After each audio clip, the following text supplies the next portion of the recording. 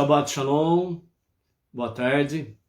Hoje nós estamos no dia sagrado do Shabbat, o 7º dia da semana, e hoje nós estamos no dia 10 do mês de abril do ano 2021, e pelo calendário judaico nós estamos no dia 28 de Nissan do ano 5781. Louvamos e bendizemos a Hashem por podermos chegar à tarde com a Torá, estarmos hoje a 204 dias do ano 5781 e vamos ver também a sabedoria, o ensinamento que o Rebbe Menachem Mendel traz para nós no dia de hoje, de número 204.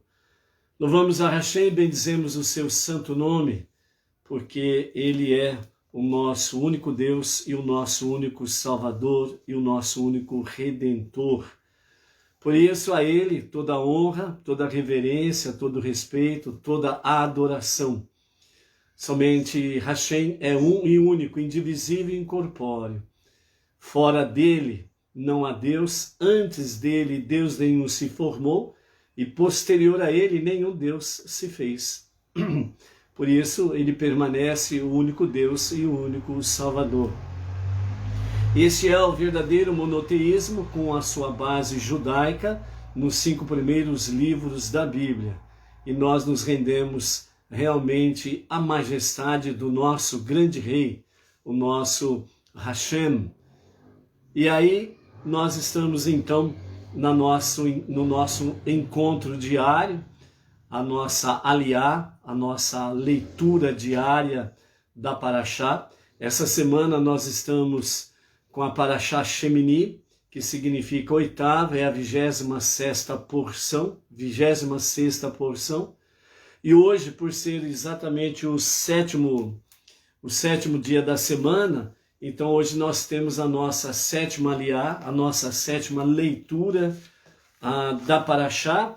E junto com a sétima leitura nós temos o Mafitir, que é a leitura final da Parashá semanal. Então, portanto, hoje nós vamos encerrar a leitura da Parashá Shemini, e ao concluirmos a sua leitura, ao ouvirmos a leitura dos versículos, bem como encerrando a nossa Parashá hoje, então, nessa semana nós estudamos 91 versículos nesta Parashá. E ao fecharmos hoje, então nós vamos fechar aí, desde o dia 17 de outubro de 2020, nós estaremos fechando com 3.038 versículos lidos, ouvidos e estudados até aqui. Baruch Hashem por isso daí, né? Vamos dizer assim, uma grande marca. Nós chegamos, 3.038 versículos, ok? Amanhã, o primeiro dia da semana, o primeiro dia do Shabbat, nós estaremos iniciando a 27ª porção, de nome Tazria, que significa conceber, e nós estaremos estudando 67 versículos, ok? Vamos para 3.038 versículos, concluindo, né, no dia de hoje. Daqui a pouco vamos fazer a leitura aí, ok? Nós estamos aí com o Paulo e a Renata Xavier aqui de Pirajuí, conectados.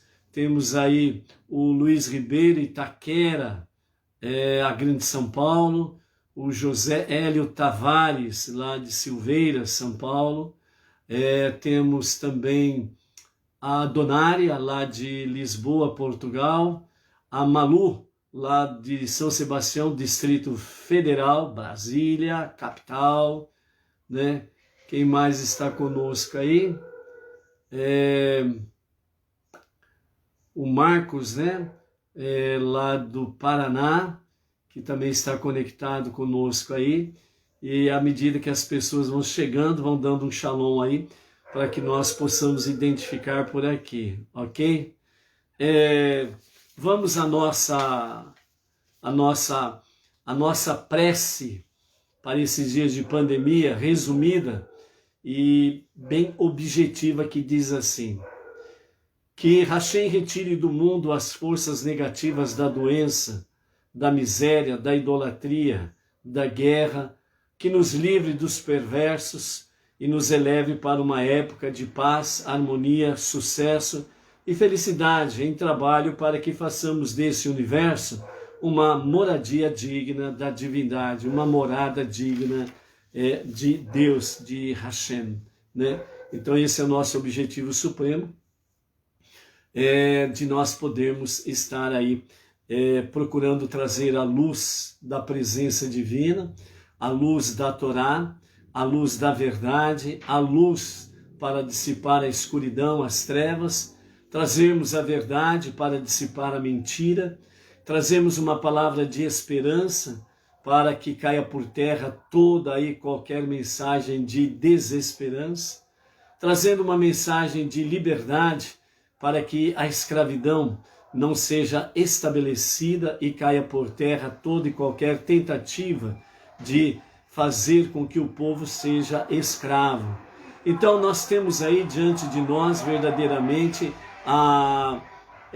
grandes entre a nossa missão suprema, que é realmente preparar o mundo para ser o lar de Deus. Nós temos as suas ramificações nessa missão suprema, né? Que são essas coisas que acabamos de falar, e tem muita coisa aí para ser feita, né? Para que realmente o mundo possa se preparar para a revelação do justo e verdadeiro Mashiach, e dessa forma entrarmos na época da redenção, ok? Nós vamos falar daqui a pouquinho sobre os boatos, né? Que em Israel coroaram o rei Messias, né? E essa conversa está rodando aí o Brasil, a América Latina, sobre essa questão aí. Então nós vamos estar falando aí um pouquinho sobre isso daqui, daqui a pouco, ok? A Leocádia Pereira, shalom, boa tarde, Leocádia. O André Olszewski, né? Também aí conectado. Shalom, Shabbat Shalom, né? Para vocês. Vamos à nossa contagem do Homer, né? No dia de hoje. Lembrando que a contagem do Homer, ela tem por objetivo fazer com que seja amadurecido a nossa personalidade, seja amadurecido a nossa vida espiritual, para que nós possamos nos elevar a padrões melhores e maiores, ok?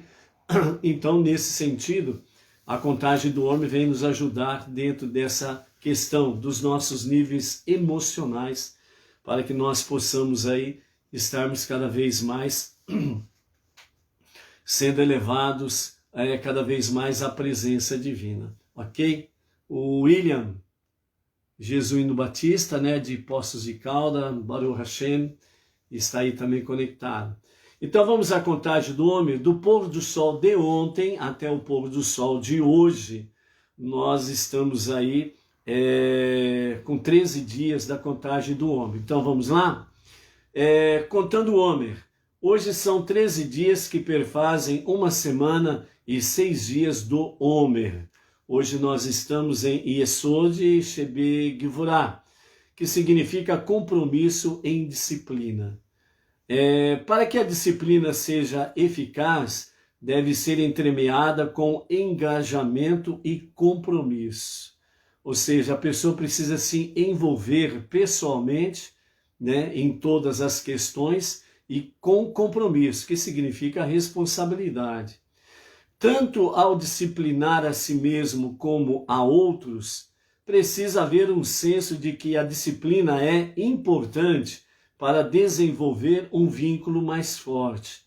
Não de que eu estou disciplinando você, mas sim que estamos fazendo isso juntos para o nosso benefício mútuo. Então, aquele que se coloca numa posição de disciplinar, ele sempre precisa deixar uma questão de que eu não estou disciplinando você, nós estamos nos disciplinando, porque a mesma lição que serve para você, serve para mim. o mesmo puxão de orelha que vai para você, vem para mim também, né? Então, por isso, o engajamento e o compromisso é fazer com que nós estejamos numa unidade em que ninguém é mais do que ninguém, mas que juntos nós estamos fazendo um trabalho para poder transformar esse mundo em ser o lar de Deus. Então, por isso, nós tivemos essa semana, entre os ensinamentos do Rebbe, nós tivemos aí aquela questão, a verdade, ela não é uma possessão dos intelectuais, mas ela é uma possessão daqueles que descobrem como vencer a si mesmo. Então ele tem a verdade em si, né? E também vimos aí sobre a questão da prece suprema. A prece suprema é de uma criança pequena. E quando nós nos colocamos, né, galera, quando nós despertamos pela manhã, então nós somos qualificados como recém-nascidos. E o Rebbe diz assim, conserve a criança com você. Então, nesse sentido, é que nós precisamos estar aí focados sem sombra de dúvidas, ok? Qual que é o exercício, então, para o dia? Demonstre ao seu filho, ou ao seu aluno, àquela pessoa, que a disciplina, né, é uma expressão para intensificar seu vínculo e compromisso um com o outro. Então, a disciplina em si, seja para o filho, seja para o aluno, seja para o seu próximo, o objetivo é intensificar um vínculo entre você e a pessoa ou as pessoas. E nesse vínculo é um compromisso um com o outro. Compromisso é responsabilidade, né? Então, eu tenho responsabilidade com você, então eu preciso zelar com isso. De que forma? Com compromisso e disciplina. Porque se eu não tiver isso daí, eu me coloco numa situação, numa posição superior, mesmo sem ser, e subjugo a pessoa a um estado de humilhação. E o compromisso em disciplina significa, eu sou responsável por você, você é responsável por mim. Então nós estamos nessa jornada monoteísta, e nossa jornada é entre as nações, a nossa jornada é entre os não-judeus, então nós temos que ter esse compromisso com os nossos irmãos não-judeus, certo? Não adianta nós ficarmos numa posição extremista e nos colocarmos numa posição de que eu sou superior aos outros. Não. Os não-judeus são, todos, sem exceção, são filhos de Deus. E nós precisamos fazer despertar essa centelha divina em cada pessoa. Então, por isso, nós temos um compromisso para com os não-judeus. Levarmos realmente a essa verdade para que a centelha divina seja despertada em cada não-judeu para somar conosco na nossa jornada monoteísta e juntos estarmos prestando um serviço a Hashem, né? Um serviço do coração, um serviço de amor, ok? Então, exercita compromisso na disciplina, ok? Naomi Souza, shalom, shalom, Shabbat shalom, melhor dizendo, a você e família.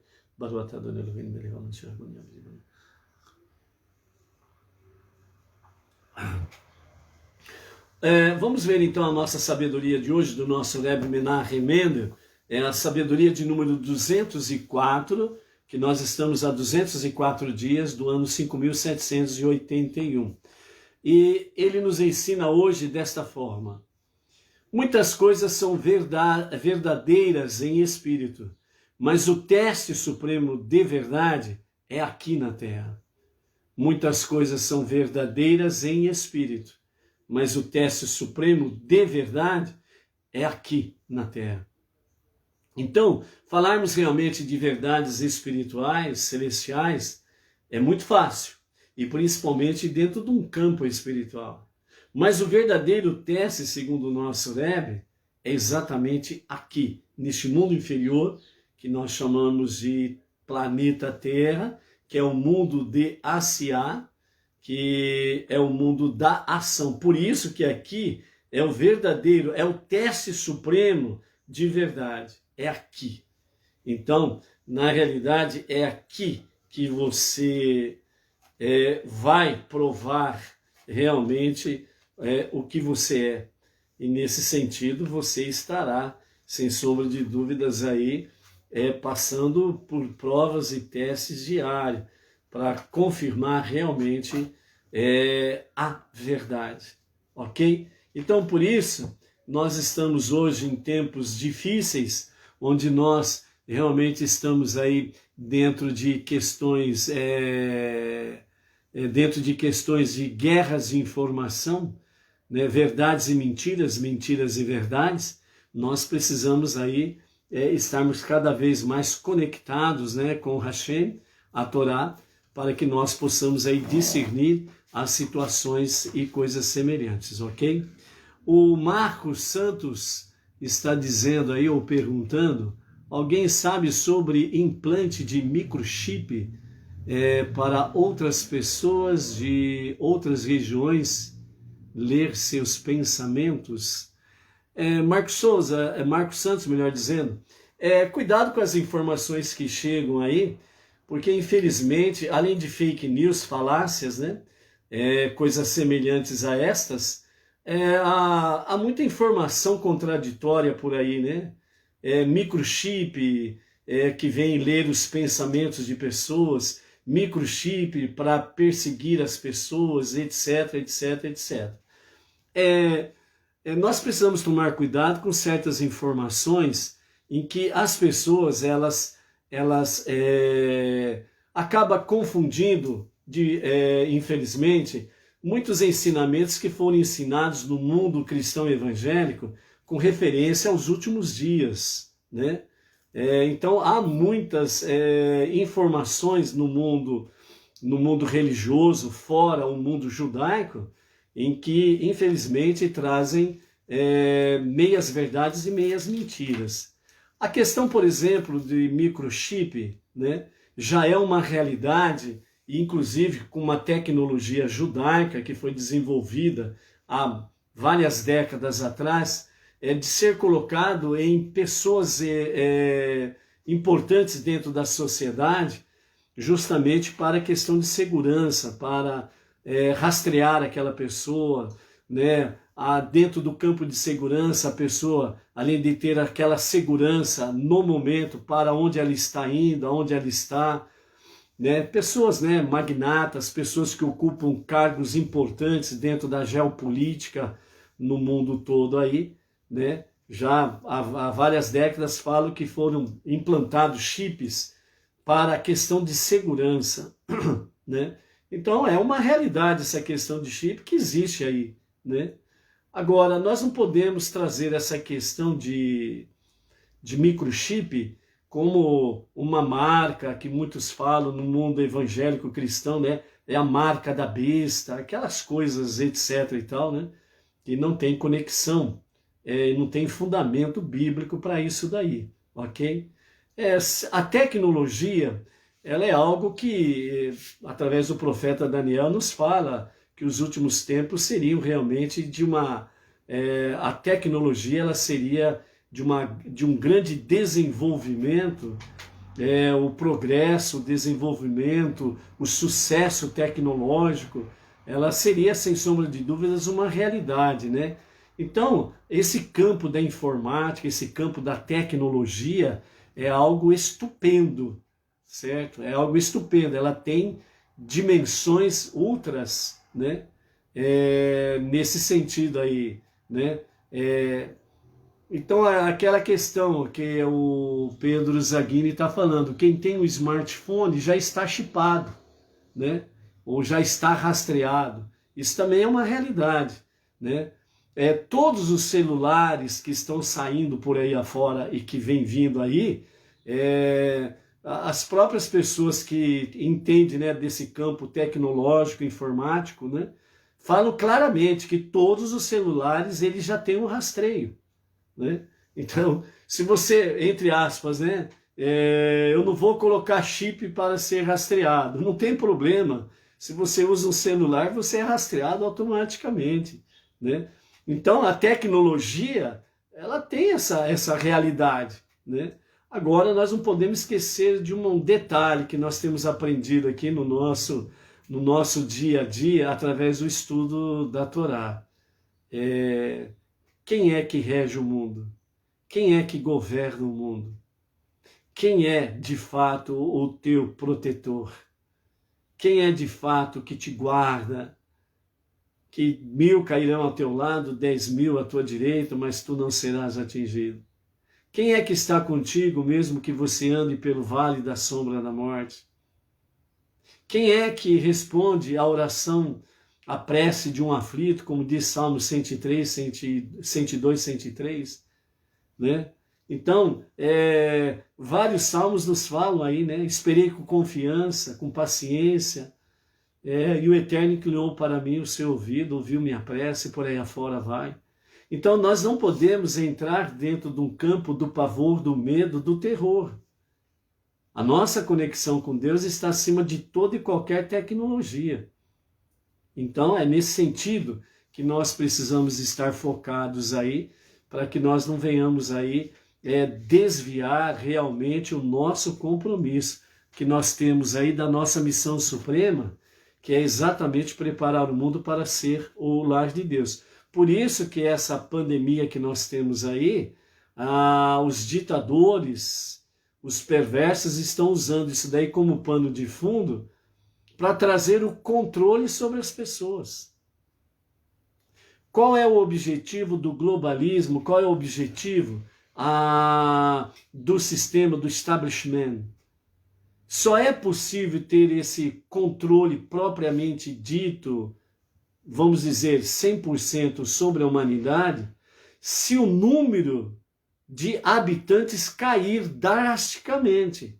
Porque 7 bilhões, mais de 7 bilhões de seres humanos no planeta foge o objetivo do establishment, do globalismo, do governo mundial, de poder ter esse controle absoluto sobre 7 bilhões de pessoas. Então, por isso, o objetivo deles é diminuir a população mundial drasticamente. E eles estão usando vários sistemas por aí afora, né? Medicamentos, o controle de natalidade, por isso que o aborto está crescendo mundialmente em todos os países, por exemplo, né? E por aí afora vai. Então, o controle da humanidade só será possível para o sistema deles se realmente 7 bilhões de pessoas caírem em torno de 1 bilhão para baixo.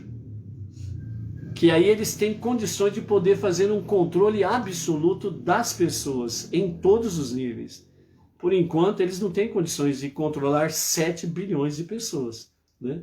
Então, essa também é uma outra realidade aí. Mas, para nós que estamos nessa jornada aí, essas coisas aí não precisa meter medo em nós, não, nem ficarmos apavorados com isso. Afinal de contas, quem é o nosso Deus? Ok? Vamos falar sobre Mashiach, né? Vamos falar aí sobre essas notícias que estão vinculando por aí, principalmente na América Latina. No Brasil e alguns países vizinhos do Brasil, América Latina, estão falando aí que em Israel foi coroado o rei Messias, né? Então vamos ver essa história aí como que é de fato, né? Se é verdade ou não isso daí, né? Então, primeiramente, vamos ver o que Rambam, ele fala para nós em Leis dos Reis, capítulo 11 e verso 4, nesse livro Rambam, ele diz assim: se surgir da casa de David um rei que for instruído na Torá e dedicado à observância dos mandamentos, como é prescrito pela lei escrita e oral, ou seja, Torá escrita e Torá oral, como David, seu ancestral, e ele compelir todos de Israel a andarem no caminho da Torá, revigorar as brechas em sua observância e travar as guerras de Deus, Se ele fizer isso até aqui, então, segundo o Rambam diz, poderemos então presumir, não dizer que é diferente, presumir, supor e não afirmar que é ou que seja.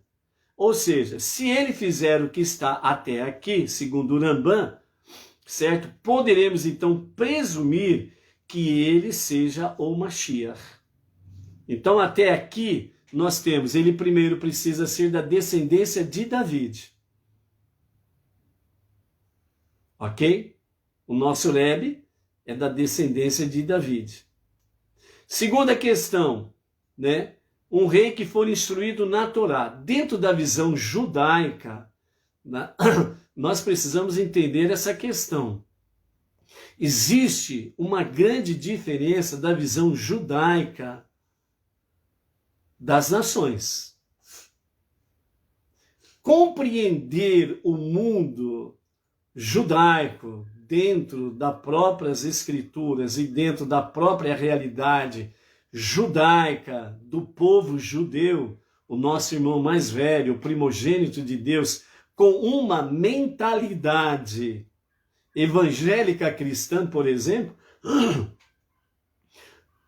é praticamente impossível. Só haverá deturpações.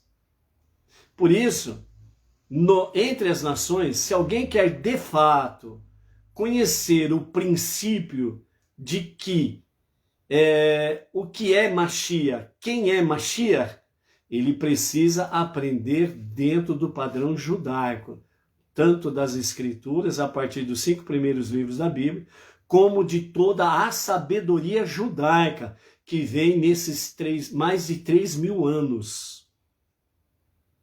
Certo? Fora isso, vai ser que nem um açougueiro. É meias verdades e meias mentiras. Ponto. Continuando. Então ele precisa ser da descendência da casa de Davi, ou seja, descendente direto de David, a linhagem, genealogia. E um rei que for instruído na Torá. Aqui é um detalhe onde as pessoas falam, né? Um rei imediatamente já pensa, né? Dentro daquele plano simples e simplório, que o Brasil teve um reinado, que alguns países por aí afora tem um rei, põe a coroinha lá na cabeça e é o rei, é o rei, é o rei. Não é bem nesse sentido. Antes dele ser rei, ele precisa ser rei instruído de Torá, ou seja, ele precisa ter um conhecimento fenomenal sobre a Torá escrita e a Torá oral. Ele precisa conhecer muito bem o que é Talmud, Mishnah, a sabedoria judaica desses mais de 3.000 anos de vida judaica. Certo? Essa é a realidade. Dedicado à observância dos mandamentos como prescrito pela própria Torá escrita e oral. Certo? Né? Então, ele precisa ser versado nessas questões. Da mesma forma que David foi. David, o rei David, ele foi considerado um homem muito nobre dentro da Torá. Tanto no conhecimento, como no entendimento e como na observância, certo? E compelir todos de Israel andarem nos caminhos da Torá.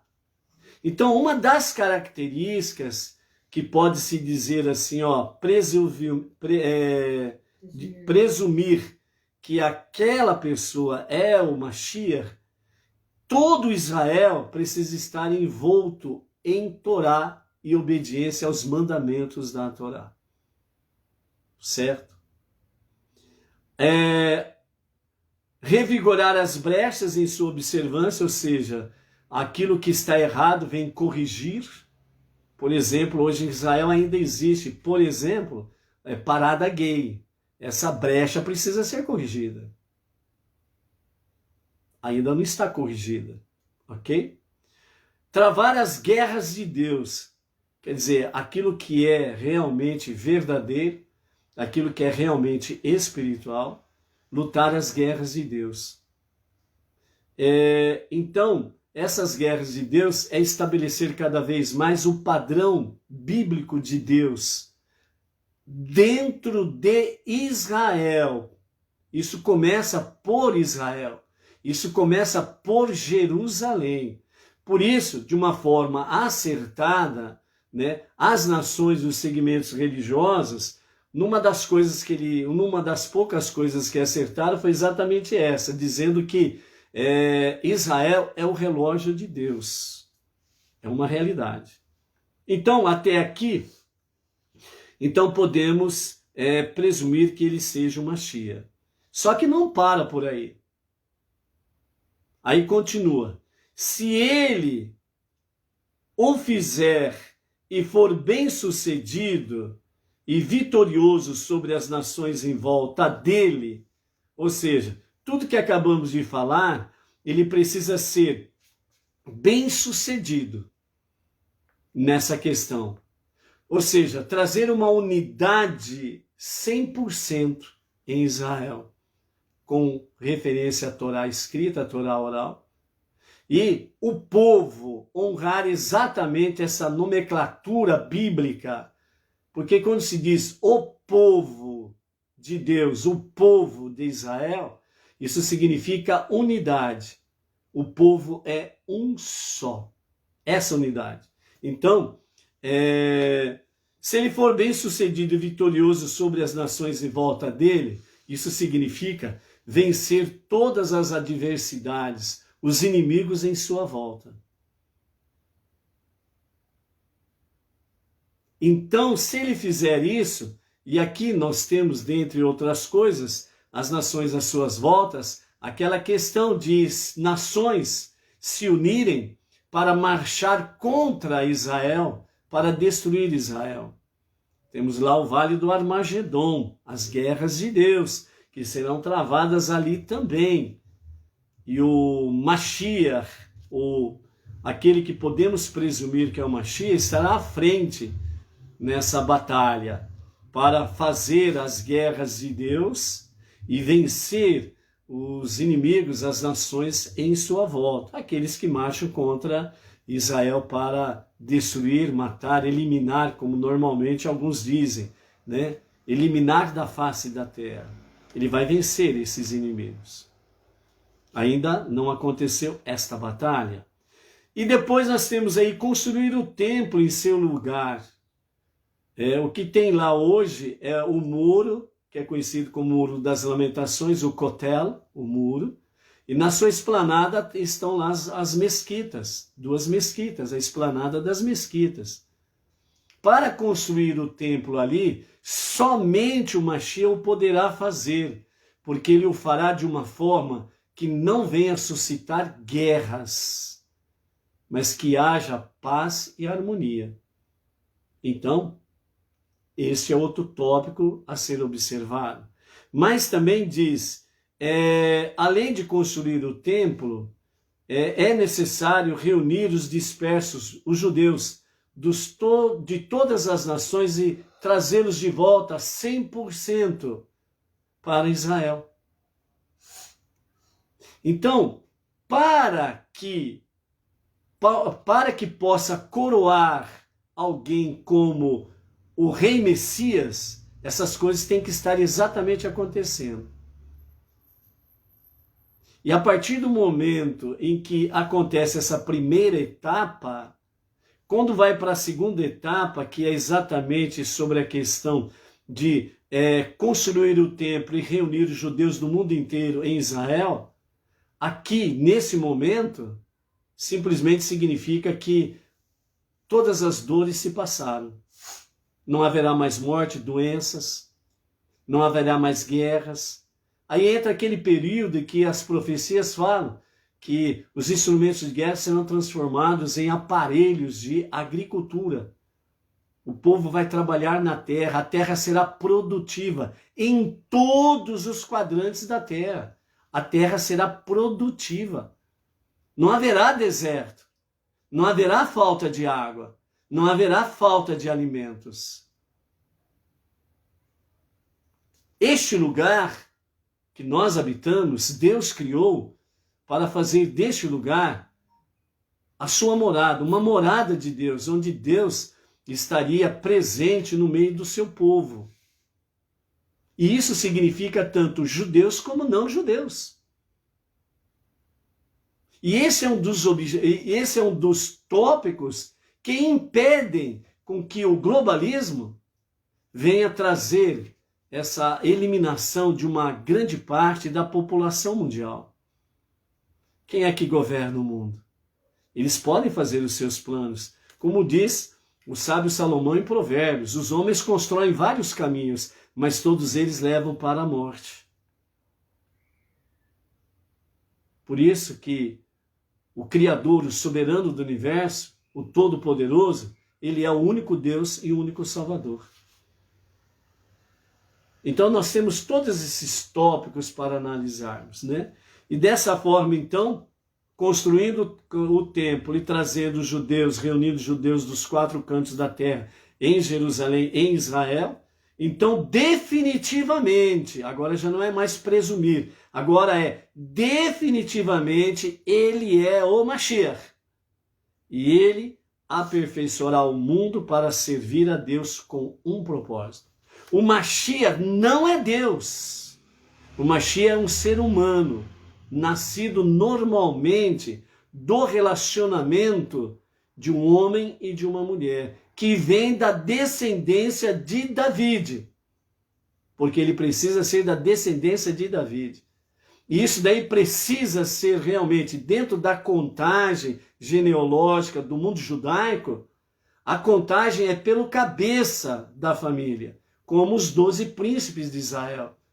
Então, o pai e a mãe do Mashiach, ou do candidato a ser o Mashiach, ele tem que vir dessa linhagem, os pais dele, os seus avós, bisavós, etc. e tal. Esta é uma conexão de linhagem que vem através do sêmen do homem, junto com a mulher. Aqui nós temos a descendência de David. Então ele precisa ser da descendência de David, ok? Então, ele aperfeiçoará o mundo para servir a Deus com um propósito, porque Mashiach, aquele personagem que será realmente reconhecido e declarado como Mashiach, no tempo certo, ele é um homem, ele não é Deus. E outra coisa, ele também não é Salvador. Ele também não é Salvador. O Mashiach, ele será um instrumento de Deus para a redenção, para curar a nossa terra, curar o nosso mundo, corrigir, que nos fala aqui sobre a questão de revigorar as brechas, ou seja, onde tem brechas, vai ser corrigido essas brechas e vai ser o que? Fortificado as brechas. Ou seja, toda desobediência aos mandamentos de Deus serão realmente revigorados. E as pessoas, tanto judeus como não judeus, estarão dentro dos mandamentos divinos. Então, nesse tempo que o Mashiach se revelar, essa é a realidade. Então, são essas coisas que nós precisamos estar atentos. Agora, vamos aos fatos dos últimos dias em que está surgindo, né, esse comentário no Brasil e na América Latina, principalmente, falando que em Israel foi coroado o rei Messias. Alguns segmentos religiosos, né, fazendo aí piadas dessa notícia, né, e falando de forma pejorativa, né. Além de estarem fazendo fake news, além de estarem zombando do filho primogênito de Deus, que é o povo judeu, estão caindo num perigo muito que pode se transformar para a sua própria vida e para os que dão ouvidos a esses tipos de liderança que estão fazendo chacotas, né, do povo judeu, podem trazer sérios problemas espirituais e físicos para aqueles que zombam do filho primogênito de Deus. Porque Deus só tem um filho primogênito, é o povo judeu. As nações são os irmãos mais novos. Mas o filho primogênito de Deus é o povo judeu. E você não tem como tirar isso deles. Você pode ser líder espiritual do jeito que você for, com ou sem estudo. Tendo diploma de teologia, tendo diploma de PhD, pós-graduação, os raios que os partas. Isso não significa nada se você foge da realidade bíblica. E bíblica, segundo os 5 primeiros livros da Bíblia, Deus só tem um filho primogênito, o povo judeu. Você não tem como mudar essa genealogia. Você não tem como mudar esse DNA. Certo? Então, há esses segmentos e certas lideranças que estão fazendo chacota aí, né? Zombando, fazendo piadinhas. Cuidado. A praga acaba caindo na própria cabeça, viu? Ok? Então, vejam bem, primeiramente, em Israel foi de fato coroado um rabino como rei Messias? A resposta é simples, não. Isso não aconteceu em Israel. Quem diz que aconteceu é um grande mentiroso. Eles estão mostrando por aí cenas, né, vídeos, dizendo que aquele jovem rabino, ele foi coroado como rei Messias. É mentira, porque em Israel não aconteceu isso. Eles estão deduzindo pelas imagens algo que não aconteceu. Eles estão deduzindo pelas imagens uma interpretação deles totalmente errônea. Não foi coroado ninguém como rei Messias em Israel. Essa é a primeira questão, ponto final. Segunda questão, quem é aquele personagem dos vídeos? É aí que está o detalhe. Né? Então, tanto os rabinos, né, do próprio Chabad têm comentado isso, assim como também pessoas, né, que nós conhecemos e temos contato lá em Israel, e que têm trazido realmente esclarecimentos sobre isso daí. Em Israel não houve nenhuma festividade para coroar esse rabino que vamos falar aqui como rei Messias. Não houve nenhuma festividade, nenhum cerimonial sobre isso daí. Novamente falando, tentar entender aquelas cenas em que mostra aquele jovem rabino, ele sendo seguido por uma grande multidão ali, um grande número de seguidores, certo?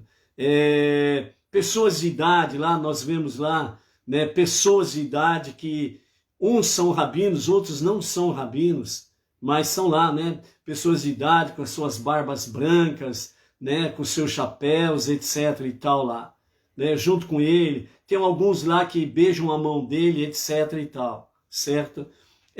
Então, para entender isso daí, nós temos que ter uma mentalidade judaica. Por quê? Porque no mundo judaico, as pessoas de mais idade e as pessoas que são grandes eruditos na Torá escrita, na Torá oral, no Talmud. O Talmud, por exemplo, ele tem em torno de 7.000 páginas ou mais, segundo alguns dados aí, certo? Então, esse jovem rabino, né, aliás, voltando aqui, dentro do mundo judaico, uma pessoa idosa, independente de conhecimento e sabedoria. A pessoa idosa em Israel, ela é reverenciada, ela é respeitada. Pessoas que não têm nenhuma conexão de parentesco, tem muitas pessoas que chegam para aquela pessoa idosa, chega para eles, pega na mão deles e beija a mão deles. É uma característica do mundo judaico essa daí. O respeito para com os mais velhos, que é muito diferente no Ocidente e aqui no continente americano. Certo? Se você for pesquisar aí os países que proibiram a aplicação daquela picadinha, daquele remedinho aí, dessa doença da atualidade aí. Ela foi proibida em alguns países, em outros países ela foi proibida para menores de 60 anos. Estão deixando aplicar nos de 60 anos para cima. Quer dizer, ó, se der um efeito colateral e morrer, que morram os velhos. Falta de respeito. Em Israel, no mundo judaico, a pessoa idosa, ela é reverenciada, respeitada. Essa é a primeira questão. Segunda questão, uma pessoa que é um grande erudito em sabedoria, nas escrituras, na Torá escrita, na Torá oral, na Mishnah, no Kabbalah, no Talmud, certo? Não importa a idade dela, se ela se mostra uma pessoa de grande sabedoria, igual a um idoso, ele é respeitado, reverenciado, e muitos pegam na mão dele e beijam ele. Ninguém está idolatrando nem o idoso e nem o erudito. Ninguém está se tornando escravo ou do idoso ou do erudito. É uma das formas de eles expressarem respeito e admiração.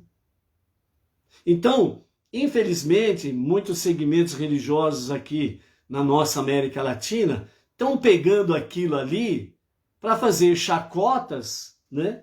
E trazer informações erradas que coroaram ele como rei Messias. Não. Já respondemos isso. Agora, quem é aquele personagem?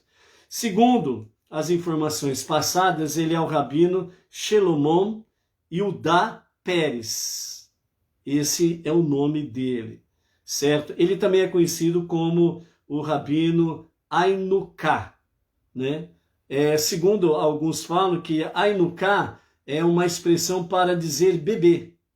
É um rabino bebê, por causa da sua idade. Ele tem 32 anos, né? Mas a questão não é exatamente por ele ter apenas 32 anos, mas é que a partir dos 15 anos de idade, ele já fazia palestra, trazia estudos, que no hebraico fala shiur. Com 15 anos de idade, ele já enchia plateias para trazer estudos sobre a Torá, com grande conhecimento, com profunda sabedoria. Certo? Então, isso que tem chamado a atenção de muitos seguidores. E outro detalhe, em Israel e no mundo onde tem um rabino, ele sempre tem alunos, discípulos e seguidores. Então, o rabino A, ele tem os seus alunos, os seus discípulos, os seus seguidores. O rabino B, mesma coisa, e assim sucessivamente. Então, esse rabino, Shelomon Yudá Peres, ele tem os seus alunos, os seus seguidores, os seus admiradores. Por isso que a sabedoria judaica fala, procure um rabino e siga-o. É isso que está acontecendo ali. Ponto final. Outra coisa que nós aprendemos aí sobre a questão desse rabino é que ele nasceu em Israel em 1988. Ele conhece de cor qualquer pergunta que fizer para ele sobre o Talmud, por exemplo, que tem aí em torno de 7.000 páginas, certo? Qualquer pergunta que fala para ele sobre o Talmud, sobre a sabedoria judaica que está ali, né? O Talmud é como o livro histórico do povo judeu. Então ele fala explicitamente o número, o título do capítulo, o número do capítulo, o parágrafo, a página, aonde está a localização da resposta que ele está dando à pergunta que lhe foi feita. Então, o seu conhecimento, a sua sabedoria é muito elevada e é digna, sim, de respeito e reverência. Por isso, no mundo judaico, aonde tem um erudito, todos se colocam em posição de respeito e em pé para com ele. A mesma coisa acontece no Japão, por exemplo. A única pessoa que não se dobra diante do imperador, isso desde a antiguidade, é o professor. É o professor. O verdadeiro professor, ele forma excelentes alunos, excelentes profissionais.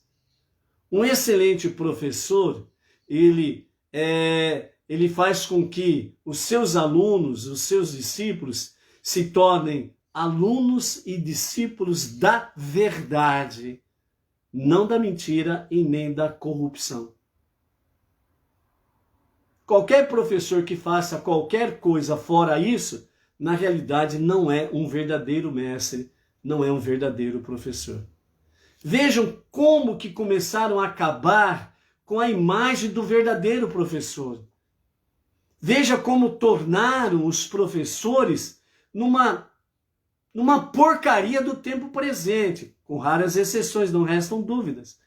Mas antigamente o que acontecia? Um professor, quando entrava na sala de aula, todos os alunos faziam silêncio e colocavam-se em pé. Enquanto o professor não dissesse bom dia, aliás, quando o professor entrava, os alunos faziam silêncio, colocavam-se em pé. A professora entrando, ou o professor entrando, os alunos diziam bom dia, professora. Bom dia, professor. Não tinha nada desse negócio de tia, de tio, não. Ó, tio e tia, quando tem sobrinho. O sobrinho chega diante do tio ou da tia, fala, oi tio, oi tia. Agora o aluno, não. Ali está o seu professor, o seu mestre. Acabaram com essa imagem do professor. Acabaram com essa imagem do professor. A militância entrou de tal forma que denegriu a imagem do professor. Então, o professor entra na sala de aula, os alunos colocam-se em pé, falam bom dia, professor, bom dia, professora. A professora coloca os seus livros e cadernos de anotações sobre a mesa e fala para os seus alunos, bom dia, queridos alunos. Aí vem a seguinte ordem, podem sentar-se. Aí os alunos sentavam. Para poder fazer uma pergunta ao professor, alguma coisa semelhante, o aluno levantava a mão. Ele não gritava com o professor, ele levantava a mão. Gritar com o professor significava, diretoria, castigo. Vai lá com o diretor ou a diretora, lá você vai ter o seu puxão de orelha. Mas hoje, inverteu as coisas. Os alunos gritam com os professores têm que ficar quietos. Os alunos agridem os professores e eles não podem nem reclamar com o diretor ou a diretora e nem fazer BO, boletim de ocorrência, porque são ameaçados de morte. Por quê? Porque o sistema maldito tirou, através dos anos, a autoridade do professor. Então hoje, é o professor que tem que levantar para o aluno. É hoje o professor que tem que chamar o aluno de senhor, de senhora. É o professor que tem que perguntar para o aluno, posso dar matéria hoje? Aí os alunos, não, hoje não queremos matéria aqui não. Senta na tua cadeira, fica quietinha aí, pronto. E o professor vai lá, senta na cadeirinha e fica lá. E os alunos bagunçando. Imagine nas faculdades, com as suas raras exceções. Antigamente, o centro acadêmico das universidades era um centro onde formavam pensadores da verdade. Hoje, além de ser aquela bagunça toda lá, estão saindo militantes. E ainda por cima, Péssimos militantes socialistas comunistas, né? Bom, vamos em frente. Então isso tudo é para dizer como que se honra uma pessoa idosa e como que se honra uma pessoa sábia em Israel, ok? Então outra coisa que nós aprendemos aí desse rabino, ele é casado e tem 4 filhos, certo? E ele já escreveu 6 livros, ok? E para finalizar, ele não foi aclamado como rei Messias. Ponto. Quem quiser acreditar que acredite nas falácias, nas mentiras. E esses por aí que estão divulgando fake news sobre isso, né? Não esqueça que o Tribunal Celestial nunca fecha para recesso. O Tribunal Celestial não tem férias. O Tribunal Celestial não tem como comprá-lo. O Tribunal Celestial é incorruptível. Ponto final. Vamos para a nossa aliá, vamos para a nossa 7ª leitura, mais uma fitir. A nossa 7ª leitura está no capítulo 11 de Levítico, a partir do versículo 33 até o 44 é a nossa 7ª aliá. Temos mais algumas coisinhas pela frente aí, ok? Baruch Hashem. Ah, minha querida Edna. Baruch Hashem. Vamos para a nossa 7ª aliá.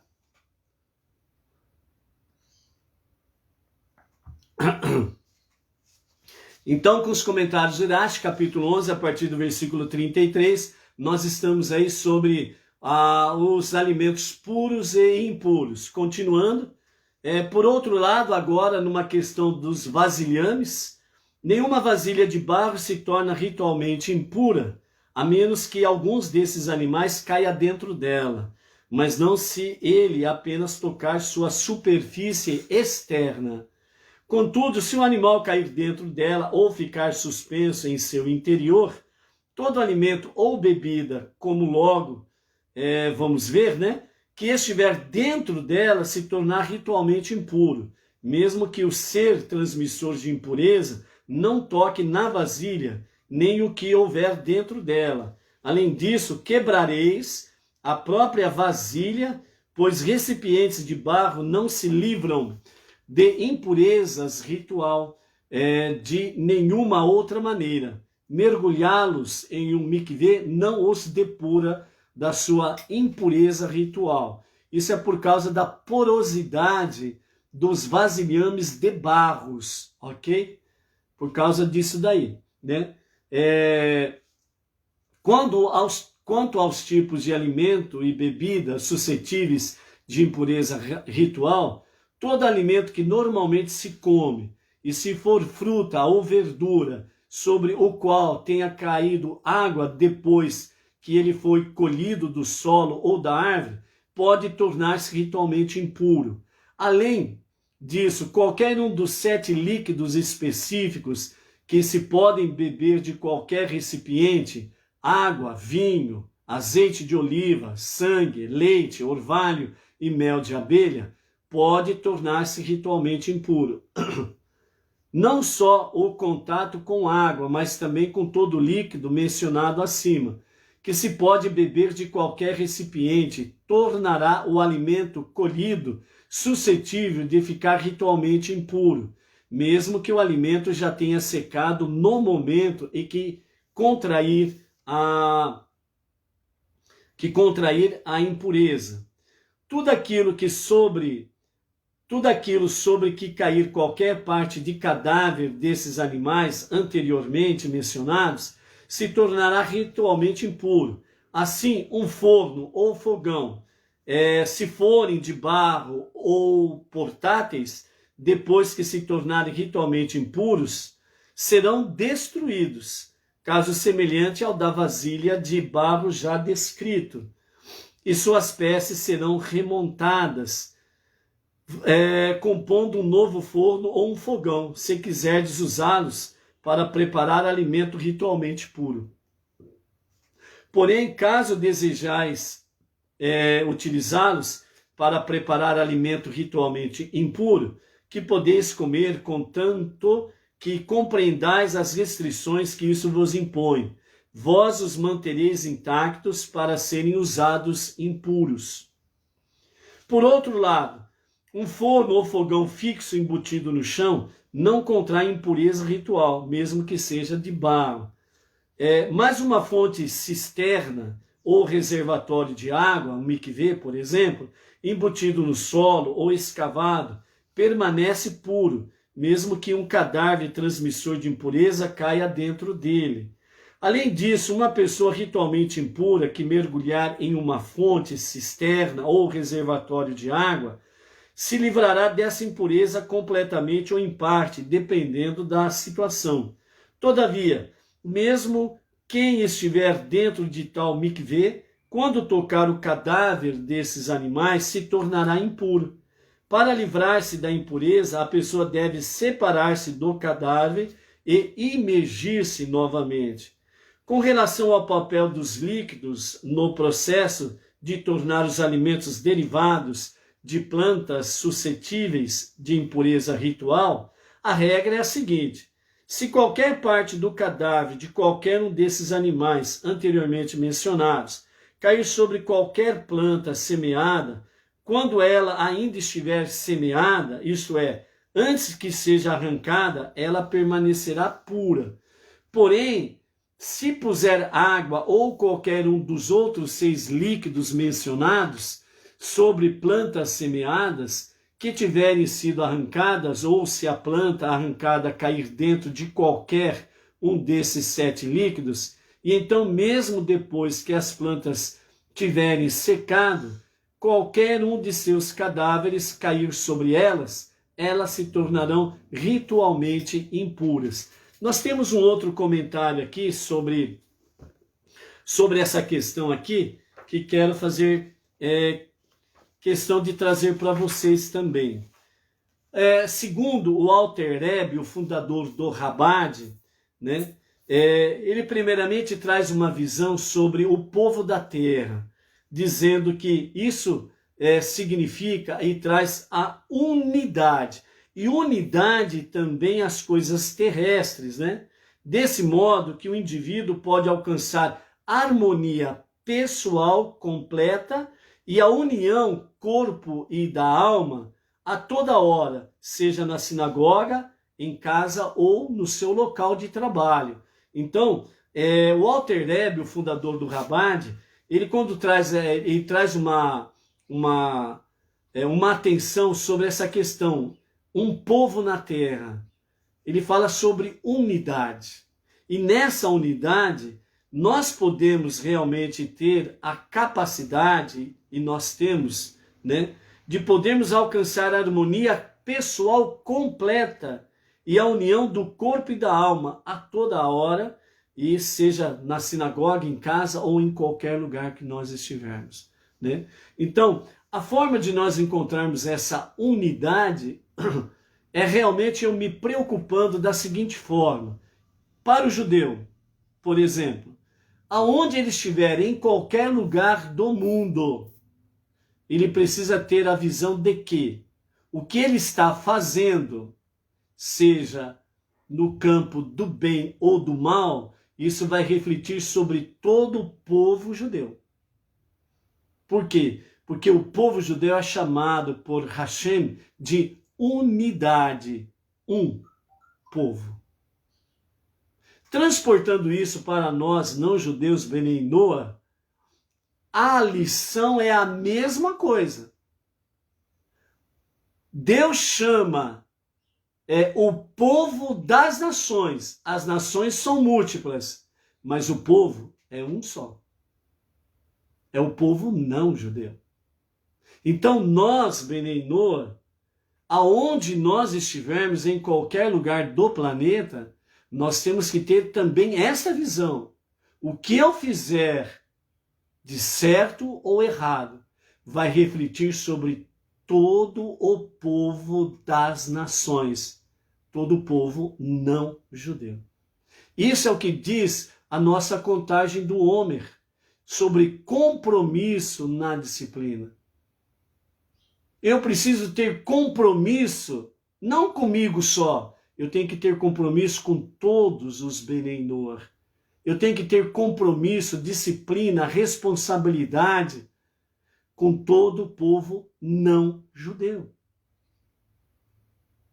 Então não posso perder essa visão, porque aí nós vamos entender cada vez mais o sentido da Torá, não somente para os judeus, mas o foco nosso principal, para os não-judeus, para nós, certo? Dentro dessa questão da comida que nós estamos vendo aqui, de impureza e pureza, então o Alter Rebbe, sobre essas questões de kasherut, ele diz da seguinte forma assim, somente a comida certa e kasher pode nutri-lo fisicamente, mentalmente e espiritualmente. Então, lembrando que o que nós estamos falando desde o princípio no estudo das questões dos alimentos puros e impuros. É uma lei, é uma ordenança explícita para o povo judeu. Estudando isso, nós tendo a visão sobre isso, e nós vendo aqui o que o Alter Rebbe, fundador do Rabad, diz sobre a questão de kasherut, dizendo que somente a comida certa e kasher pode nutrir o povo de Israel fisicamente, mentalmente e espiritualmente. A observância faz com que o povo de Israel possam ser nutridos tanto no campo físico, como no campo mental, como no campo espiritual. Mas aí, as coisas não param por aí dentro desse contexto, certo? Né? Então nós vemos aí, dentro desse contexto, o não-judeu, ele não tem essa obrigação, não lhe é ordenado. Comereis disso, não comereis daquilo, como nós estamos aprendendo aí na nossa vida como Benei Noach. Porém, nós também aprendemos que, segundo Maimônides, ele fala que se nós queremos fazer alguma coisa a mais, além das 7 leis universais, além da Teshuvá, além da Tefilá, além da Tzedaká, além do estudo de Torá, que é pertinente aos não-judeus, se nós queremos fazer alguma coisa a mais, nós precisamos nos adequarmos à Halahá, a lei judaica com orientação rabínica. Certo? Então essa é a questão. Então eu não posso tomar uma decisão da minha cabeça e dizer, eu vou fazer isso, que está além dessas 5 questões que nós falamos. Teshuvá, arrependimento, retorno a Deus, tefilá, prece, conexão com Deus, Tzedaká, atos de bondade, caridade, de justiça, estudo de Torá, naquilo que é pertinente aos Benei Noach, e as 7 leis universais. Então, se alguma coisa a mais disso eu analiso e falo, não, eu quero fazer isso. Então, você não vai decidir por você, você vai procurar o rabino. No caso nosso específico, nós temos o rabino Yaakov Geranstad, certo? Que é a liderança nossa do movimento Benei Noach Brasil. E vamos compartilhar com ele. Rabino, sobre tal questão, assim, assim, assim, assim, assim, assim. Eu quero fazer voluntariamente por amor. Então o Rabino, Yaakov, ele vai orientar você como não-judeu, como que você pode fazer. E como dizem os nossos sábios, né? O que o Rabino liga aqui na terra é ligado no céu. Então, dessa forma, você vai seguir as orientações do Rabino e aí você vai pôr em execução. Entendeu? Então, essa é a questão, certo? Então, dentro disso daí, nós vamos agora para o campo do puro e do impuro. E vamos ver aqui o que os nossos sábios falam sobre essa questão que nós acabamos de ver. O impuro toca ao puro e o puro se torna impuro. E o puro, que se tornou impuro, para que ele volte a ser puro, ele precisa ir para o mikvê, para as águas límpidas, as águas puras, para se purificar. E quando fala dos alimentos, né? A plantação dos alimentos, enquanto ele está seco, e qualquer coisa impura que o tocar, ele permanece puro. Mas a partir do momento que a água for jogada sobre aquela questão impura, junto com aquela alimentação pura, então a alimentação pura ela se torna impura, por causa da água que foi jogada. Então vamos ver agora o que os sábios nos falam com referência a essa questão, né? Que nós vimos aí no capítulo 11, do versículo 36 até o 38, dentro desse aspecto. São lições práticas da vida do dia a dia, são lições do campo físico, mental e espiritual, tanto do povo judeu, e agora vamos ver o que está relacionado conosco nessa esfera aí, ok? Então os sábios dizem assim: a água tem a tendência de cair de um lugar mais alto para um lugar mais baixo. Ela é também um agente de junção, que faz as substâncias aderirem umas às outras. Em termos práticos, estas duas qualidades representam exatamente o judaísmo, que são o seco e o puramente acadêmico, e o úmido e vibrante. Isto faz com que uma pessoa atraia e se una com outras pessoas que não têm tanto conhecimento quanto ela, em um esforço de aproximá-las do judaísmo. Então, a água ela tem essa característica da junção, que é, né, junção. Enquanto o alimento seco, ele está seco, e algo impuro o toca, ele continua puro. Mas a partir do momento que joga água, então a água tem o poder de fazer junção. Então eles não estão mais assim, então eles estão em junção. A água move-os para uma junção. E nessa junção, né, ou nessa fusão, vamos assim dizer também, então aí um se mistura com o outro. A água tem esse poder. Então dessa forma, representa exatamente as duas qualidades do judaísmo. A qualidade seca, que é exatamente o puramente acadêmico, toda a sabedoria acadêmica do mundo judaico. E a segunda característica, que é a água, o úmido, quando ele molha, ele vem umedecer. Então o úmido, ele representa exatamente a parte vibrante do judaísmo. E dessa forma, então, nós temos aí, né, a pessoa que é atraída, aquela que está no judaísmo, certo? Para se unir a ela, né? Então, dessa forma, essa pessoa que não tem o mesmo grau, nível, potência de conhecimento, de sabedoria, em um esforço, né, de aproximá-la do judaísmo. Então significa que o puro, ele vem em contato com o impuro. As pessoas entre as nações. Por que as pessoas entre as nações são impuras?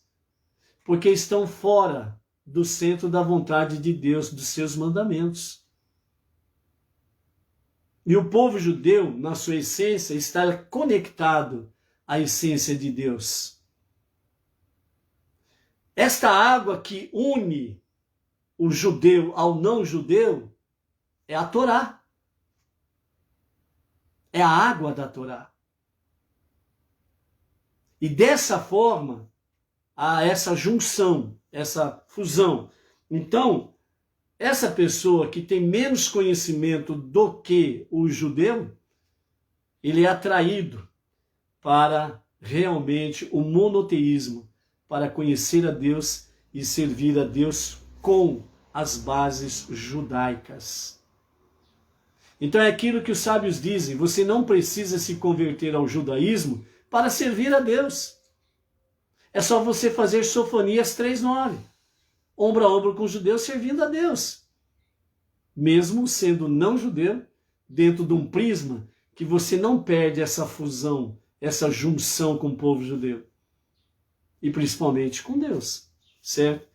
Dentro disso daí, o pensamento racídico, ele diz assim: as forças de impureza são parasitas espirituais que atacam especificamente as áreas que são lugares potenciais de santidade.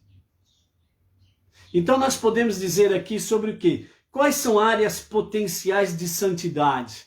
Pensamentos, o coração.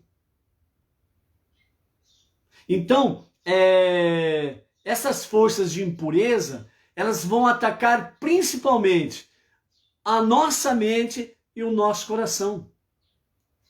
Porque a nossa mente estão os pensamentos. É onde você elabora, entre aspas, definições. No coração é onde está a sede das emoções. Então, as impurezas que há aí no mundo, certo? Elas são parasitas que vêm se localizar principalmente nos corações das pessoas e nos pensamentos das pessoas, para que elas não tenham uma fusão com a santidade da palavra divina. E dessa forma, né, vêm vãos pensamentos, péssimos pensamentos, e por aí afora vai, e acabam perdendo a oportunidade dessa junção para servir a Deus ombro a ombro com os judeus, num serviço do coração, num serviço de amor. E ainda continua: esta é a razão profunda porque a comida deve primeiro ser molhada, a fim de se tornar suscetível à impureza ritual, pois somente um judaísmo úmido, permeado com águas de amor e união, é uma fonte de verdadeira santidade e vitalidade espiritual. Vamos interpretar essa situação aqui para a gente poder entender melhor, ok? E vamos no nosso arroz com feijão, né? Eu sempre gosto de falar assim, ó. Eu gosto de falar de arroz e feijão. Eu gosto de falar com simplicidade, para as pessoas entenderem mais facilmente. E nada melhor do que arroz e feijão, a comida nossa de cada dia, não é verdade? Ou seja, dentro disso daqui que os sábios estão trazendo para nós, então, a comida deve primeiro ser molhada a fim de se tornar suscetível à impureza ritual, certo? Então vamos lá.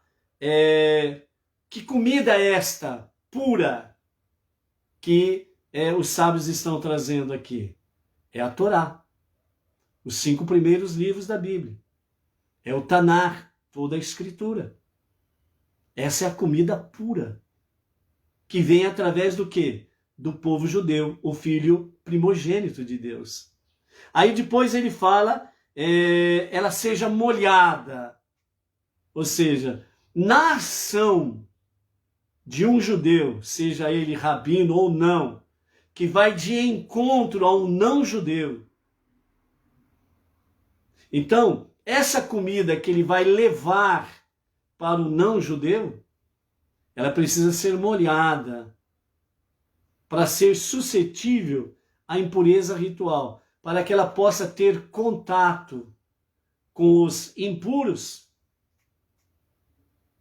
para ter acesso às mentes e aos corações das pessoas, para que as mentes e os corações das pessoas sejam purificadas.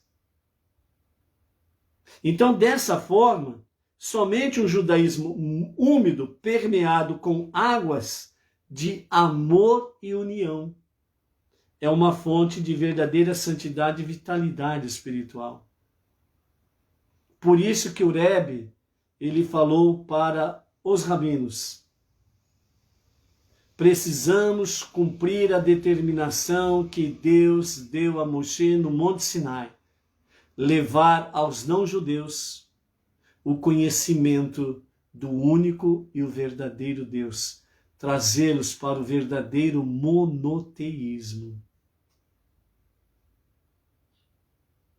Então eles deixaram o seu lugar de santidade e adentraram no mundo de não santidade, o mundo não judaico, entre as pessoas, entre as nações, no meio das comunidades não judaicas. Encontraram ali as pessoas com diversos tipos de perversidades, pecados, erros, etc. e tal. A comida foi molhada, trazendo uma Torá, uma palavra, para começar a alimentar de uma forma mais adequada, a princípio, de uma forma mais amena, e começou a despertar as mentes e os corações das pessoas para voltar-se realmente para os 5 primeiros livros da Bíblia, que é o princípio de todas as coisas e é onde se conhece o único e o verdadeiro Deus. Dessa forma, trouxe uma fonte de verdadeira santidade e vitalidade espiritual.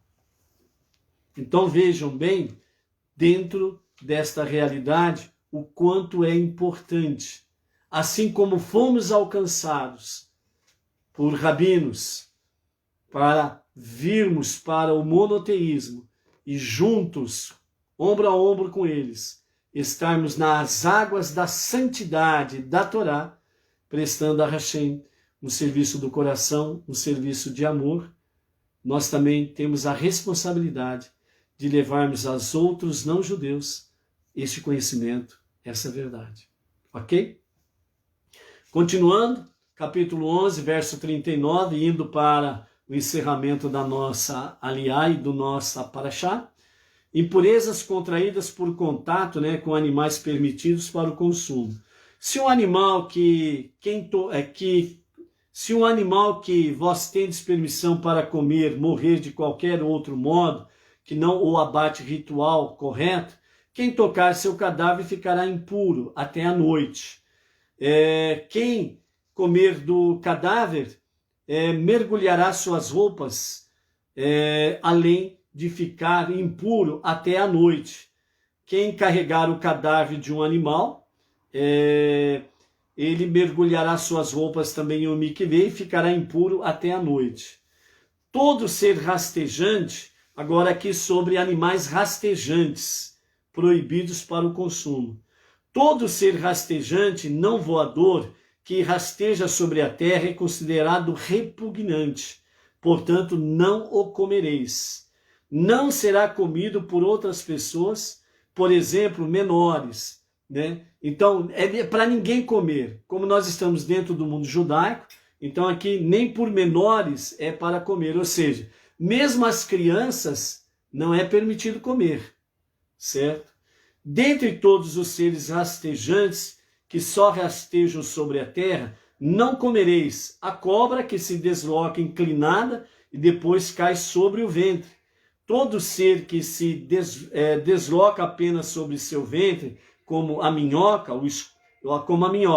o escorpião que anda sobre 4 patas, e todo ser que anda sobre mais de 4 patas, como o besouro, inclusive todo tipo de centopeia, ou outro ser que tem muitas patas. Não o comereis, porque eles também devem ser considerados repugnantes. Não vos torneis repugnantes por comerdes algum ser rastejante, que só rasteja sobre a água, ou sobre a terra. Não vos impurifiqueis espiritualmente por comerdes deles, pois, se o fizerdes, permanecereis espiritualmente impuros, no além, por haverdes comido deles nesta vida, a menos que antes vos arrependais de forma apropriada. Deus ordenou a Moshe que mandasse Arão e seus filhos que concluíssem esse trecho falando em seu nome. Porque eu sou Deus, vosso Deus, e portanto, assim como vosso Deus é santo, vos santificareis. Então também sereis santos no além, como eu sou santo. Ou seja, com uma ordem específica para o judeu aqui, para termos a ideia, então Deus está falando para os judeus, vocês precisam ser santos aqui e santos no além, como eu sou santo no além, Ou seja, além desses limites deste tempo presente aqui e desse universo, ele é santo aqui e além. Então vós deveis ser também. Por isso, não comereis de nenhum animal rastejante, certo? Conforme declarado, não vos impurifiqueis por comerdes algum ser rastejante que rasteja sobre a terra. Repito, essa proibição a fim de tornar-vos passíveis de múltiplas punições se a transgredirdes, dependendo do tipo de animal proibido que comer. Aqui nós encerramos a 7ª aliá, e agora nós vamos ao mafitir, que é do versículo 45 ao 47, e encerramos a nossa aliá. Obedecei a esses mandamentos, porque eu sou Deus que vos fez subir do Egito, com a condição de ser vosso Deus, e vos submeter a meus decretos. Portanto, sereis santos nesse aspecto, porque eu sou santo. É a lei referente à permissibilidade de comer animais, aves, todos os seres vivos que se movem na água, e todos os seres que se arrastam sobre a terra, bem como a impureza ritual contraída pelo contato com eles. Portanto, no tocante aos animais permitidos para o consumo, deveis ainda ser peritos e experientes nas leis do abate ritual e também hábeis para identificar os sinais de doenças ou ferimentos fatais, que buscareis no animal quando o inspecionardes após o abate. Especificamente, deveis ser capazes de facilmente distinguir entre o abate ritual incorreto, que torna o cadáver do animal ritualmente impuro, e o abate ritual correto, que deixa o animal morto ritualmente puro. Entre o animal que é permitido comer e o animal que não se pode comer, foram essas instruções que nós tivemos até esse momento. E dessa forma, então, nós encerramos a nossa Parashá Shemini, a 26ª Parashá Shemini, né? Para nós finalizarmos essa questão dos animais permitidos e não permitidos, né? Os animais permitidos, né? Que têm o casco fendido e que são ruminantes, por exemplo, que nós vimos aqui na nossa Parashá desta semana. Então, para nós finalizarmos, trazemos aqui mais alguma coisa, de forma bem simples e resumida também, com referência àquilo que os sábios nos trazem sobre os sinais de um animal kasher. Primeiramente, eu quero fazer uma observação assim, no sentido para refletirmos. Infelizmente, eu já vi, por exemplo, quando se fala, né, essas aqui são leis que são ordenadas para o povo judeu, né, especificamente para eles, né? Então, por exemplo, o não judeu, ele não é obrigado ele não é obrigado a fazer isso daí, né? Então, tivemos aí esses dias atrás a questão de Pêssar, né? Então foi comentado, né, num outro segmento aí, foi comentado sobre aquela questão, assim, o judeu, para ele é proibido beber algum tipo de alimento levedado durante o Pêssar, né? Aí teve um outro que disse assim, bom, graças a Deus eu não sou judeu, e durante Pêssar eu vou poder tomar a minha cervejinha legal. Então eu falo para você o seguinte, de que mundo você veio? Comemorar uma coisa dessa é vergonhoso para um não-judeu que está dentro de uma prática beneinor, do monoteísmo, ombro a ombro com o irmão mais velho, o primogênito de Deus, o nosso irmão mais velho, o povo judeu. Você fazer uma comemoração dessa de forma pejorativa, ele não pode, eu posso. Aonde que você está com a sua mente e o seu coração? Quem você pensa que você é? Reflita Pense. Nós estamos vendo dentro do campo, vamos dizer assim, dentro do campo jurídico bíblico, o que Deus está dando para o povo judeu, que é do melhor. E que são lições para nós. E nós vimos aqui hoje, onde os nossos sábios dizem que toda essa questão kasher nutre o povo judeu, tanto fisicamente, como mentalmente e como espiritualmente. E você vem comemorar porque eles o fazem e você não tem obrigação de fazer? Isso é uma questão para os irmãos mais novos, os não-judeus, que estão na jornada monoteísta, parar e pensar, refletir. Então, essa é uma observação que nós queremos fazer aqui, nesta encerramento da nossa Parashá, Shemini, que nós precisamos pensar o que nós falamos, como nós agimos. Nós precisamos pensar a respeito dessas coisas aí. Certo? Então, reflita sobre essa observação. Para finalizarmos, então, os sinais de um animal kasher. Agora, você vai compreender o porquê que eu estou fazendo essa observação. Nada na Torá é por acaso. Cada palavra da Torá. Cada palavra da Torá.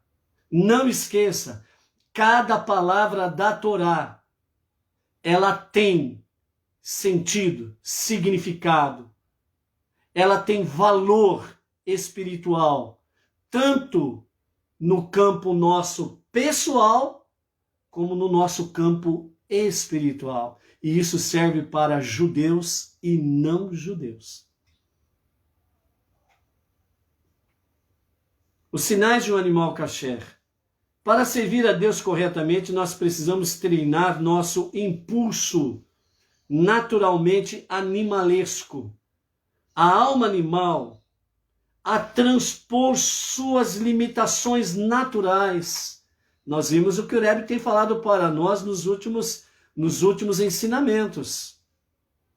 Que nós precisamos transpor os nossos limites. E os nossos limites são exatamente a nossa alma animal. E a nossa alma animal está ligada ao nosso ego. O tudo para mim e eu. Isto envolve duas fases. Primeira, cascos fendidos. O que os cascos fendidos têm a ver conosco, não judeus? Muita coisa. Entre elas, você pode levar um belo de um coice, bem dado. Primeira coisa, cascos fendidos. O casco fendido é efetivamente um casco duplo. Ele é completamente fendido até o joelho. Isso nos ensina que as nossas ações no serviço de Deus, representadas pelo pé ou casco, você tem casco, que impulsiona a pessoa à ação. Então, cascos específico do animal, ou os pés do animal, é a mesma coisa que você tem. Você tem pé e você tem casco, a sola do teu pé. Devem ser reconhecidos como dobrado. Ou seja, quando nós estamos envolvidos em qualquer assunto sagrado, deve ficar claro para um observador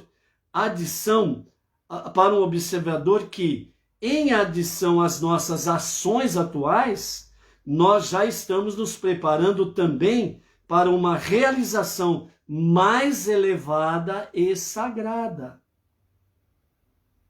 Então, os cascos fendidos significa atuação no serviço a Deus, que significa ação.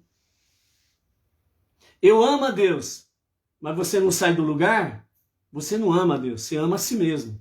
Você quer sombra e água fresca.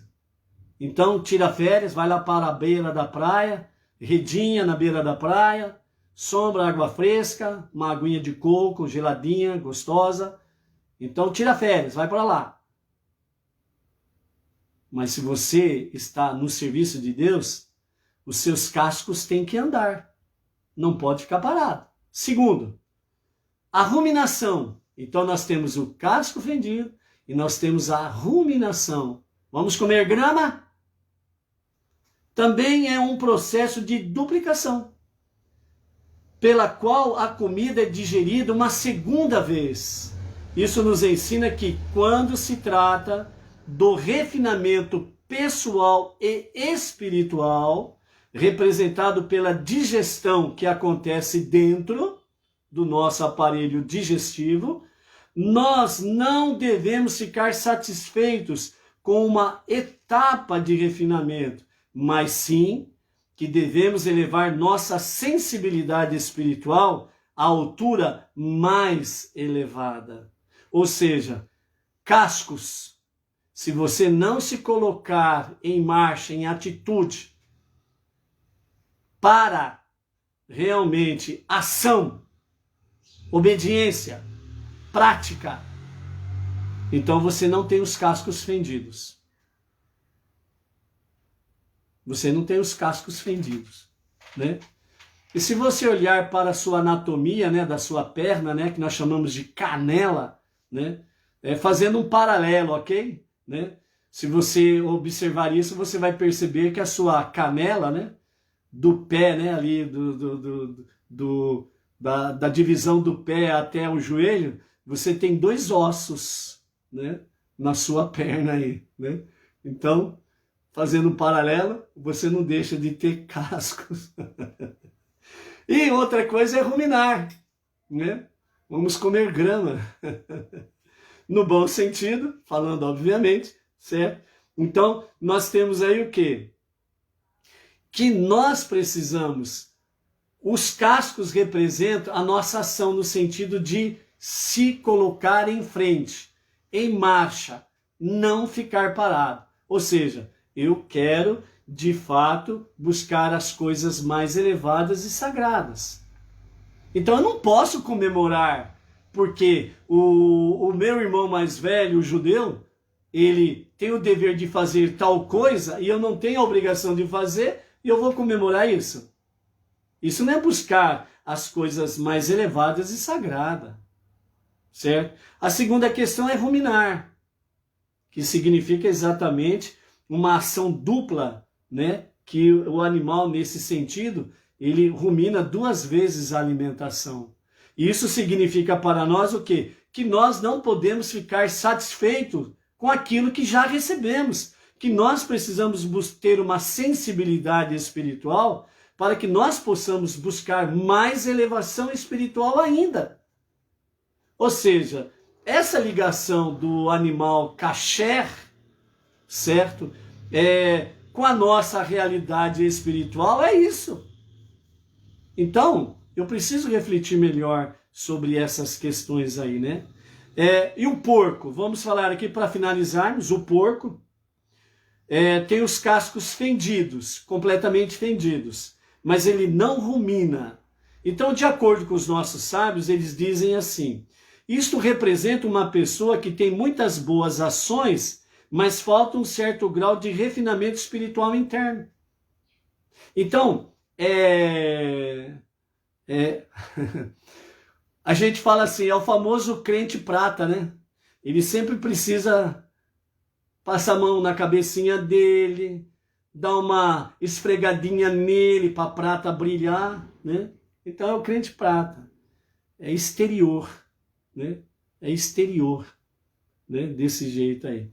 Então, dessa forma aí, o porco com seus cascos fendidos, porém não rumina, representa a pessoa que tem muitas boas ações, mas falta um certo grau de refinamento espiritual interno. Ele é apenas de aparência, mas ele não é em verdade. Ele só está preocupado com a sua aparência. O que vão falar de mim? Aí eu preciso agir dessa forma. Aí eu preciso ser bonitinho assim. Eu preciso mostrar que eu sou realmente justo, legalzinho, bonzinho, né? Aí depois entra para dentro das quatro paredes da sua casa e ele mostra aquele demônio que ele é, né? Então, é o crente prata, né? No obstante, né? Sem esse refinamento espiritual interno, né? Não obstante, como a ação é o principal, que é a questão judaica, os problemas mais sutis da pessoa podem ser retificados, colocando-a em um ambiente mais refinado, né? Ou seja, esse tipo de pessoa, ela precisa ser colocado cada vez mais dentro de um contexto, de grupo de pessoas que realmente estão compromissadas a colocar os seus cascos a serviço de Hashem e a colocar o seu ruminar ao serviço de Hashem, buscando as mais elevadas dimensões elevadas espiritualmente falando. Então esse tipo de crente porco, ele precisa desse tempero, ficar nesse meio, senão o consolo para o porco, estou falando do animal agora, viu? Do animal porco. O porco tornar-se-á kasher na era messiânica. Porque na era messiânica, o clima será totalmente espiritual e o porco, por ser de cascos fendidos, na era messiânica, ou no tempo da redenção, ele vai ruminar. Então ele se tornará kasher. Agora, um detalhe, ninguém vai comer porco na redenção, ok? É a redenção. As coisas erradas serão corrigidas. O porco, ele tem os cascos fendidos e representa exatamente essa questão aqui, né? O crente de aparência, né? O crente de aparência, ele só vive de aparência, mas no seu interior, né, continua comendo lavagem do mundo, das suas ilusões, das suas seduções e por aí afora vai, né? É aquela mesma coisa, né?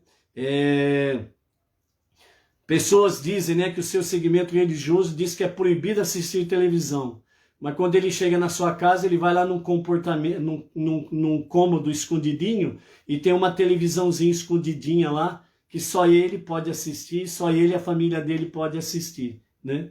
Aí quando chega as visitas dos irmãos, por exemplo, né? Então todo mundo olha e fala, realmente aqui não tem televisão na casa do irmão, ô abençoado irmão, né? Mas depois que vai embora, os abençoados irmãos, né? Aí, olá, hora de assistir Big Brother, vamos lá, Big Brother, novela, e por aí afora vai. Então o crente porco, ele é assim, ele vive de aparência, mas na hora que é posto à prova, ele volta para a lama e vai comer da lavagem, né? Então, na era messiânica, o animal porco, ele será redimido. E ele vai ruminar e vai se tornar kasher. Mas não vai ter porco no rolete, ok? Beleza? É isso daí, amados. Então, dessa forma aí, nós temos então a nossa Parashá Shemini finalizada com esses ensinamentos, esses puxões de orelhas no bom sentido, né, de orelhas, né? Tem uns que falam mesmo, né? Vai um puxãozinho de orelha aí, né? Então, que nós possamos realmente procurar cada vez mais os níveis mais elevados espirituais. Nós somos Menenor, não judeus? Sim. Não nos é ordenado isso e aquilo? Sim, não nos é ordenado. Mas qual é o detalhe que nós somos chamados à atenção? O que fizermos, façamos por amor. Eu amo a Deus, então os meus cascos e o meu ruminar precisam testificar disso. Caso contrário, sou um crente porco. E aí? O meu irmão não está vendo. Mas aquele que governa o mundo é cego por acaso? Aquele que criou os olhos, ele não vê tudo? Então, por isso, amados, sem sombra de dúvidas, como diz uma outra expressão dos nossos sábios, ele diz assim: ser santo, para finalizarmos, ok? Ser santo significa ser consciente de Deus a toda hora e em todas as atividades da nossa vida. Então, o que é realmente a santidade e consciência divina, né?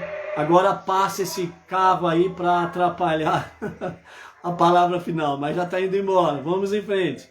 Ou seja, o que é a santidade e a consciência divina? Ser santo significa ser consciente de Deus a toda hora e em todas as atividades da nossa vida. E para finalizar com vamos dizer assim, com uma linda carícia de Deus para nós, os sábios dizem assim: nossa mesa de alimentação é um altar de Deus. Faça da sua mesa um altar de Deus. Um bom término de Shabat, uma excelente virada a Havidalah, né, para um novo dia, para o começo de uma nova semana, debaixo dessa graça bendita de Hashem. E nesse momento final, né, nós queremos fazer um convite especial para vocês amanhã, né, amanhã às 9 horas da manhã, pelo horário de Campo Grande, Mato Grosso, Mato Grosso do Sul, né? Mato Grosso do Sul, horário de Brasília 10 horas. No horário de Brasília 10 horas, né? O casal lá de Campo Grande, o Cássio e a Berenice Altafini, estarão fazendo através do Zoom uma reunião junto com o Rav Shimon Brandi, né? Então, amanhã, quem puder estar conectado, né, nas redes sociais, aí será distribuído o link. Aí, ó, a Berenice já está compartilhando aí o link para a conexão, vai ser através do Zoom. Então, vocês copiem esse link aí, deixa salvo. E amanhã, horário de Brasília, 10 horas. Horário de Campo Grande, 9 horas. Então, teremos aí uma reunião junto com o Rav Shimon Brandi, através do Zoom aí. E vocês terão a oportunidade aí, sem sombra de dúvidas, né, de fazerem perguntas ao Rav, né? E aí vocês poderão perguntar todas as coisas aí, aquilo que for para a elevação da nossa vida espiritual, não resta dúvidas, ok? Então, tá aí o link, o convite, amanhã, 10 horas de Brasília, 9 horas, o horário de Campo Grande, Mato Grosso do Sul, para a reunião através do Zoom, ao vivo e a cores, com o Rav Shimon Brandi, ok?